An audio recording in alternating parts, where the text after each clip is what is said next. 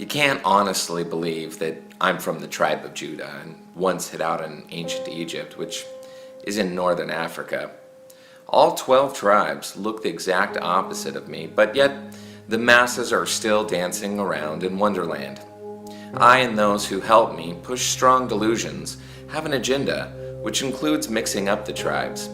Matthew the 13th chapter tells you how the wicked one sows tares all over the world, which is his offspring. Watchman and Deborah have pulled together some facts that will hopefully get your attention. Don't deceive yourself with foolish lies. Where are the 12 tribes of Israel today, and who are they? Though many believe that the so-called Jews represent all 12 tribes of Israel, the fact is they don't represent any of the tribes. They are actually Jewish converts to a religion called Judaism. They are not the descendants of Jacob, the father of the Israelites. So if they are not, how can we identify who they are today? Here are some biblical clues that will help you to identify who the 12 tribes are. Deuteronomy 28, verse 45 and 46.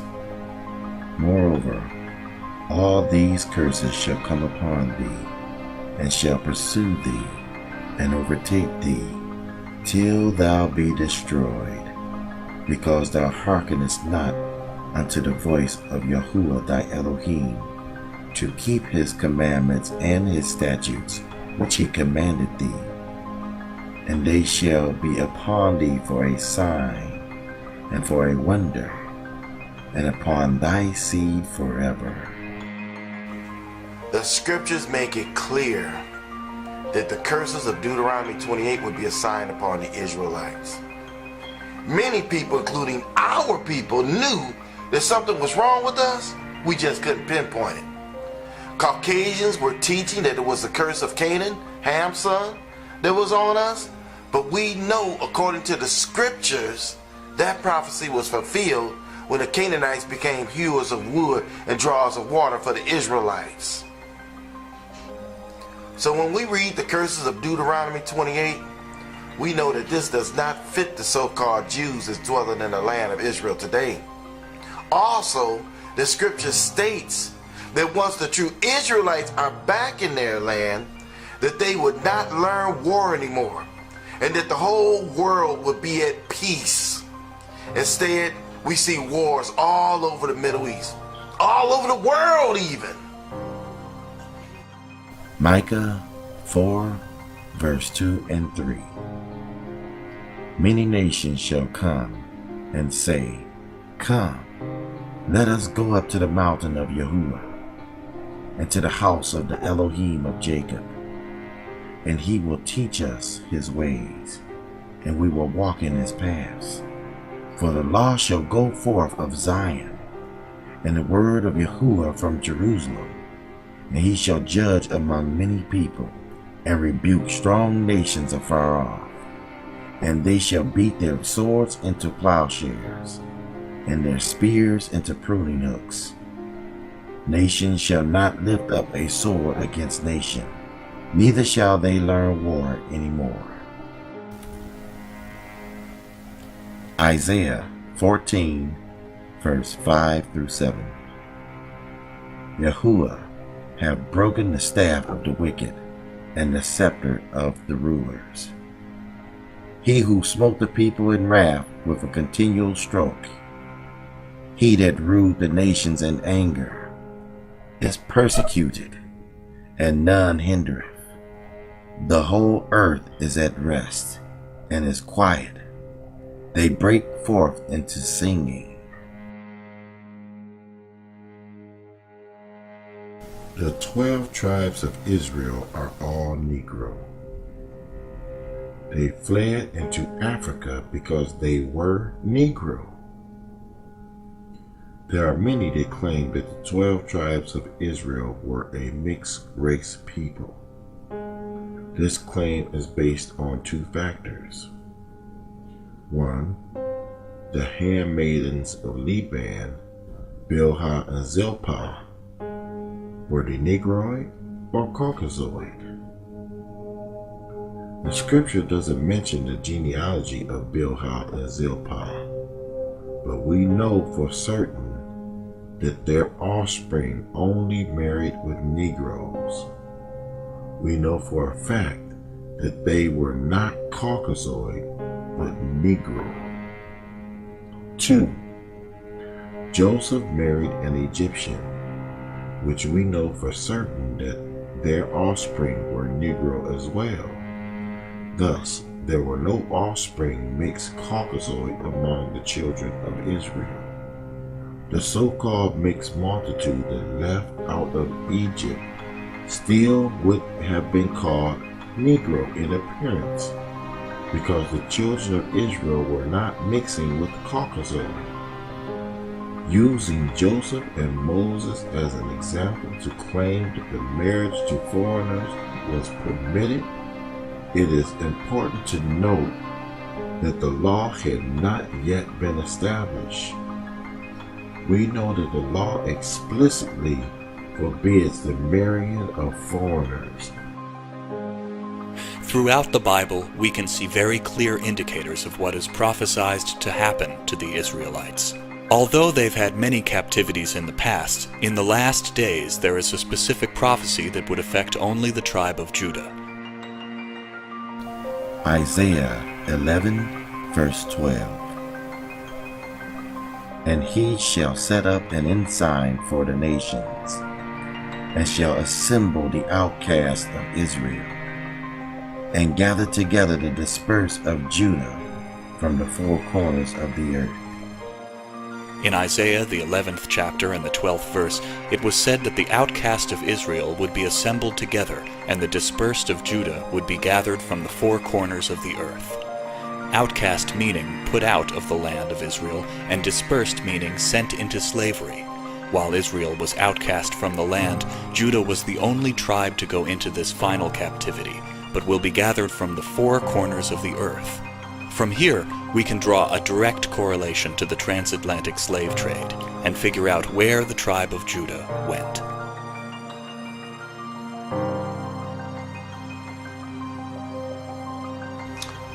Only one of the 12 tribes was actually shipped into captivity, and that was Judah. And the scripture makes that quite clear. Judah and Israel were separated. And it was Judah that committed abomination against the Most High. Ezekiel 37, verse 21 and 22. And say unto them, Thus saith Yahuwah, Elohim, Behold, I will take the children of Israel from among the heathen, whether they be gone, and will gather them on every side, and bring them into their own land, and I will make them one nation in the land upon the mountains of Israel, and one king shall be king over them all, and they shall be no more two nations, neither shall they be divided into two kingdoms any more at all. And under the leadership of wicked kings, Judah had forsaken the one true Elohim. And the people worshiped idols and practiced the same wickedness as the other nations that surrounded them. Ezekiel 8, verse 15 through 18. Then said he unto me, Hast thou seen this, O son of man? Turn ye yet again, and thou shalt see greater abominations than these. And he brought me into the inner court of Yahuwah's house. And behold, at the door of the temple of Yahuwah, between the porch and the altar, were about 25 men, with their backs toward the temple of Yahuwah, and their faces toward the east. And they worshipped the sun toward the east. Then he said unto me, Hast thou seen this, O son of man? Is it a light thing to the house of Judah that they commit the abominations which they commit here? For they have filled the land with violence, and have returned to provoke me to anger. And lo, They put the branch to their nose. Therefore will I also deal in fury. Mine eyes shall not spare, neither will I have pity. And though they cry in my ears with a loud voice, yet will I not hear them. The Most High sent Judah into captivity because of the abominations he committed in worshiping the sun, and scattered them throughout the four corners of the earth. And the scripture makes that quite clear.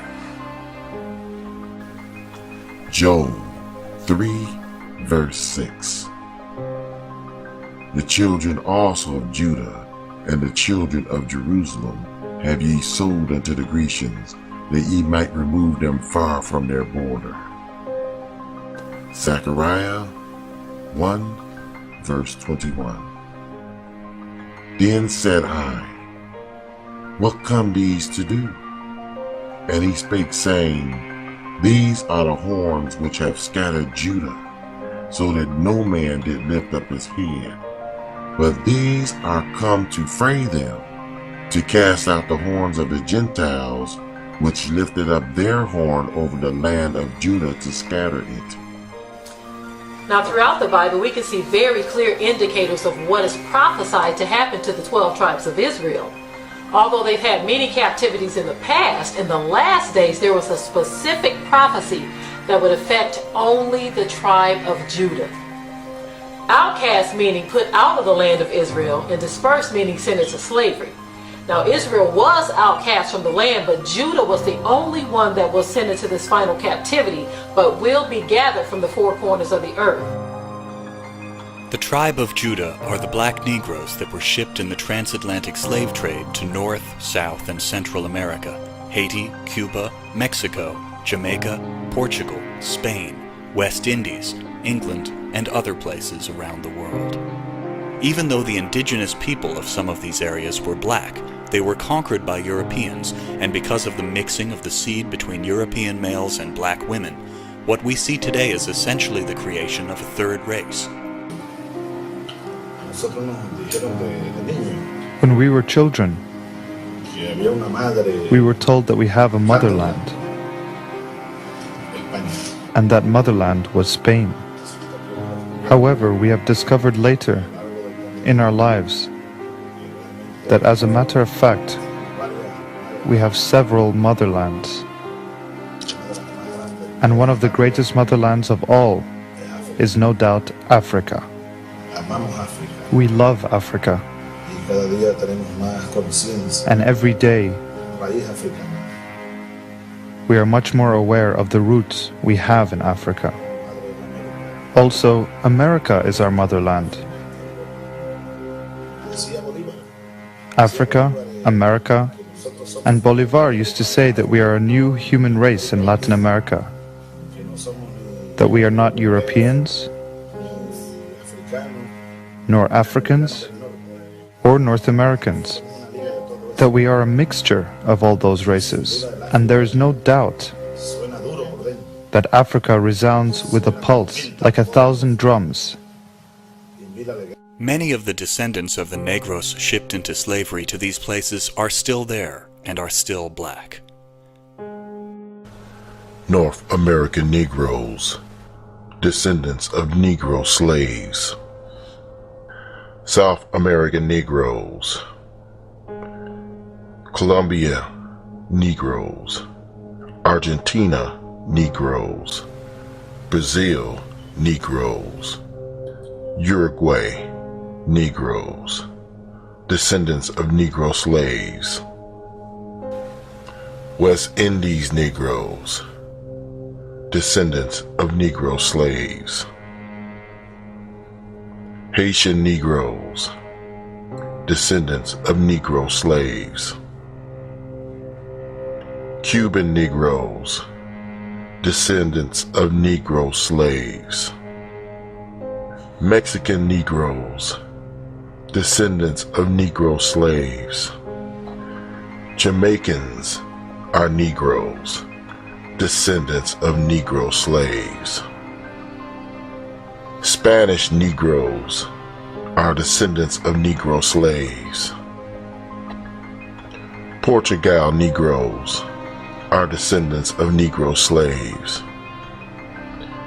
United Kingdom Negroes are descendants of Negro slaves. Many of the descendants of the Negros shipped into slavery to these places are still there and are still black. However, the images widely shown of Portuguese, Argentinians, Uruguayans, Mexicans, Cubans, Guatemalans, Panamanians, North American Indians, and Puerto Ricans are a mixed race people, and many confuse them with the indigenous by claiming them to be as such and ignoring those of dark skin. The indigenous seed has been whited out and replaced with a lighter skin, mixed seed of a European father and a black mother.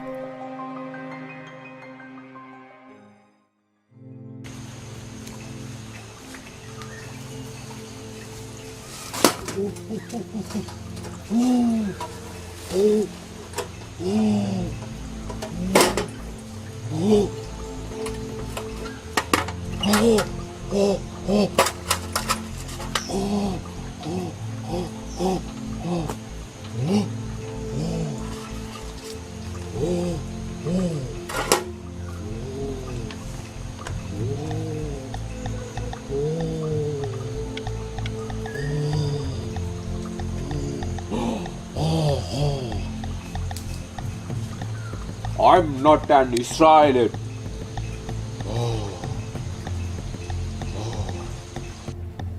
See, now that guy definitely ain't no Israelite. He can't even pronounce the word right.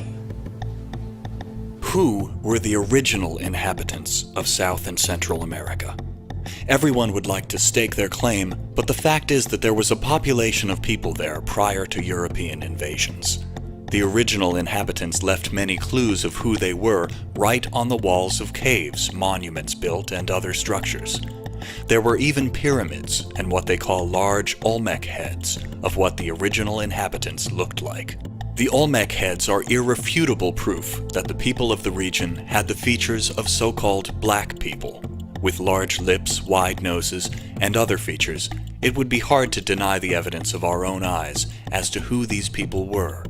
One could only draw a conclusion that the original inhabitants sailed here from the African continent. There is a lot of confusion concerning who the 12 tribes of Israel are today. And this confusion is based on the so-called 12 tribes chart that's circulating among the Israelite communities. The chart is as follows. Judah, the Negroes, African Americans. Benjamin, the West Indies. Levi, the Haitians. Simeon, the Dominicans. Zebulun, from Guatemala to Panama. Ephraim, the Puerto Ricans. Manasseh, the Cubans. Gad, North American Indians. Reuben, Seminole Indians. Naphtali, Argentina and Chile. Asher is Colombia to Uruguay. And Issachar are the Mexicans.